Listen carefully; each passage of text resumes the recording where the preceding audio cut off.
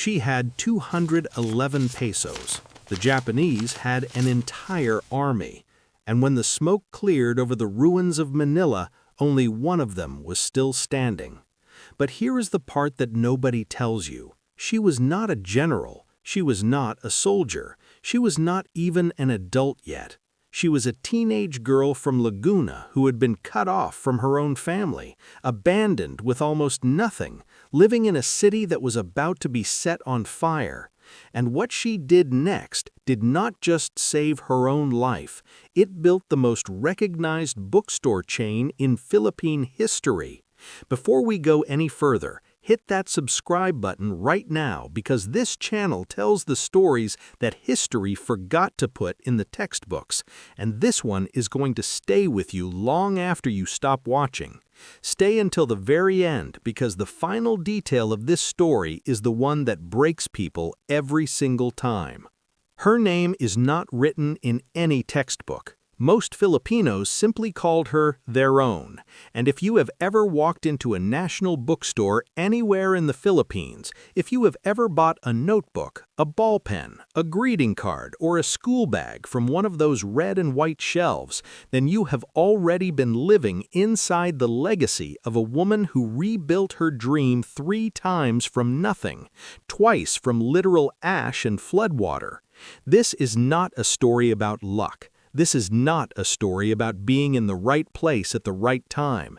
This is a story about what happens when you decide that nothing the world throws at you is going to be enough to make you stop. Drop a comment right now if you are ready, because we are just getting started. She was born into a family of shopkeepers in a small provincial town in Laguna. Her parents ran a dry goods store. Her grandmother had a market stall. From the time she was old enough to stand behind a counter and watch a transaction happen, she was learning. She was not playing the way other children played. She was studying the way money moved, the way customers behaved, the way one good sale could change the mood of an entire household. Most people look at a market stall and see nothing, but she looked at it and saw everything she would ever need to know about business. That early education, absorbed before she was even a teenager, would one day become the most powerful tool she ever owned. At 18, she began working as a salesgirl at a bookstore in Escolta, Manila. The pay was 50 centavos a day, but she was not there for the 50 centavos. She was watching. She was so sharp, so precise, and so naturally capable that full management of the store was handed to her within a short time. An 18-year-old girl from the province running a Manila bookstore on 50 centavos a day, and yet this was still not even close to the beginning of her real story.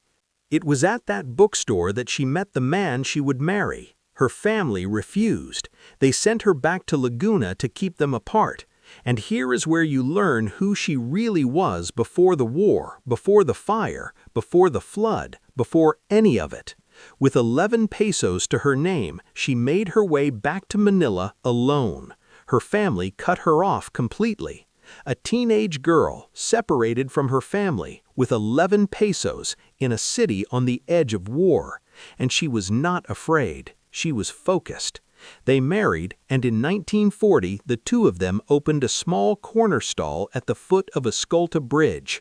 Their total capital was 211 pesos. That was everything they had. That was where the empire began. Share this video right now with someone who is starting something with very little because they need to see this.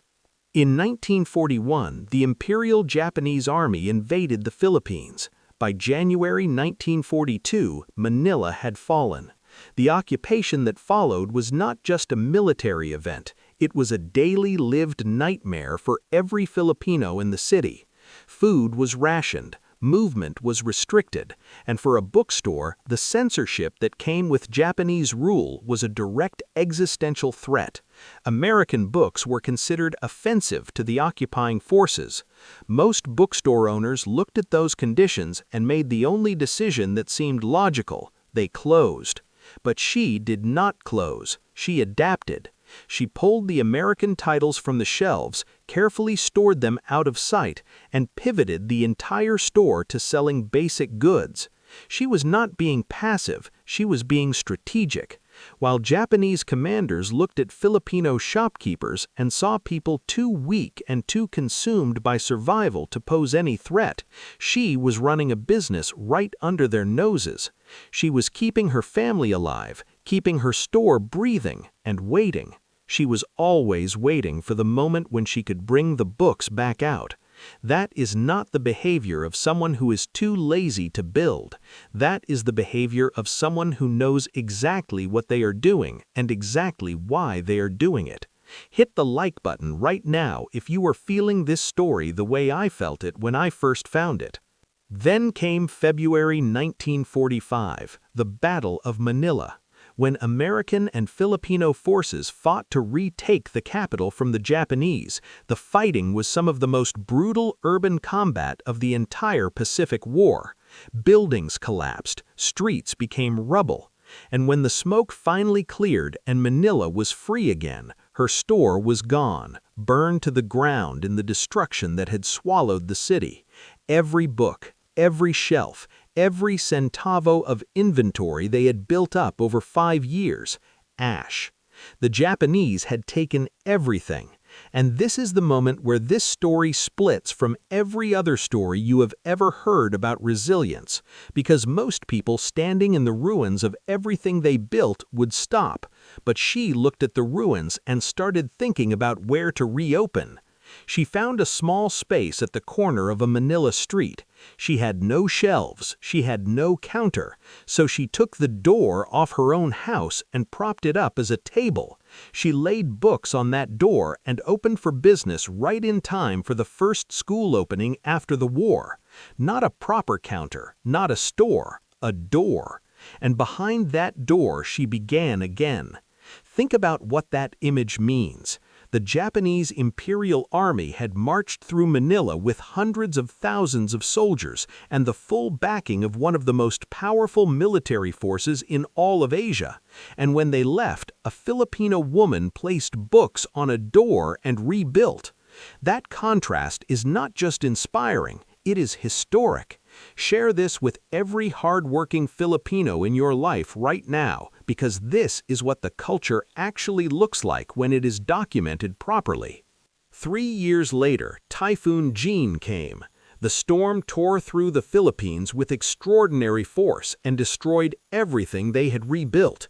All the merchandise they had accumulated since the war, soaked, ruined, and lost. 2 catastrophic losses in 3 years. The fire had taken everything. The typhoon took the rest. Most businesses do not survive a single disaster, but she and her husband responded by sleeping 3 hours a night. 3 hours of sleep, 21 hours of rebuilding. No record of complaint, no documented breakdown. Just 21 hours of work per day until the store was standing again. And this time, they did not just restore what had been lost, they added a mezzanine level. Because if you are going to rebuild from disaster for the second time, you build higher than what burned down the first time. By the 1950s, the store had stopped merely surviving and started dominating. She had an idea that would change the company permanently. She commissioned Filipino photographers to create greeting cards and postcards using Philippine landmarks, traditional cultural attire, and imagery drawn from Filipino everyday life. In a country that had been told by occupiers for generations that its own identity was not worth celebrating, she was putting Filipino beauty on paper and selling it to Filipinos at scale. The cards were a sensation, and that success caught the attention of someone she had not expected to come looking. A representative from a major American greeting card company came to Manila to explore business opportunities in the region. She heard he was arriving and went directly to the airport. She did not wait for a formal meeting to be arranged. She did not send someone else. She walked up to him in the arrivals terminal and pitched her business face to face with no appointment and no hesitation. He said yes. The store became the official Philippine licensee for a global greeting card brand.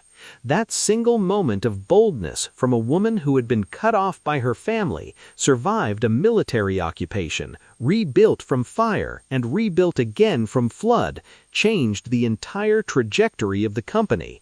She did not wait for opportunity. She went to the airport and stood in front of it. The 1960s brought expansion that nobody who knew the beginning of this story could predicted.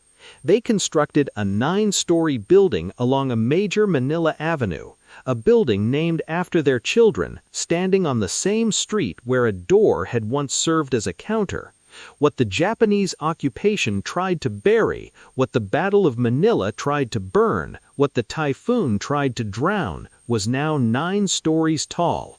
By the 1980s, the company was posting $1 million in annual profit. Today, there are over 260 branches across the Philippines.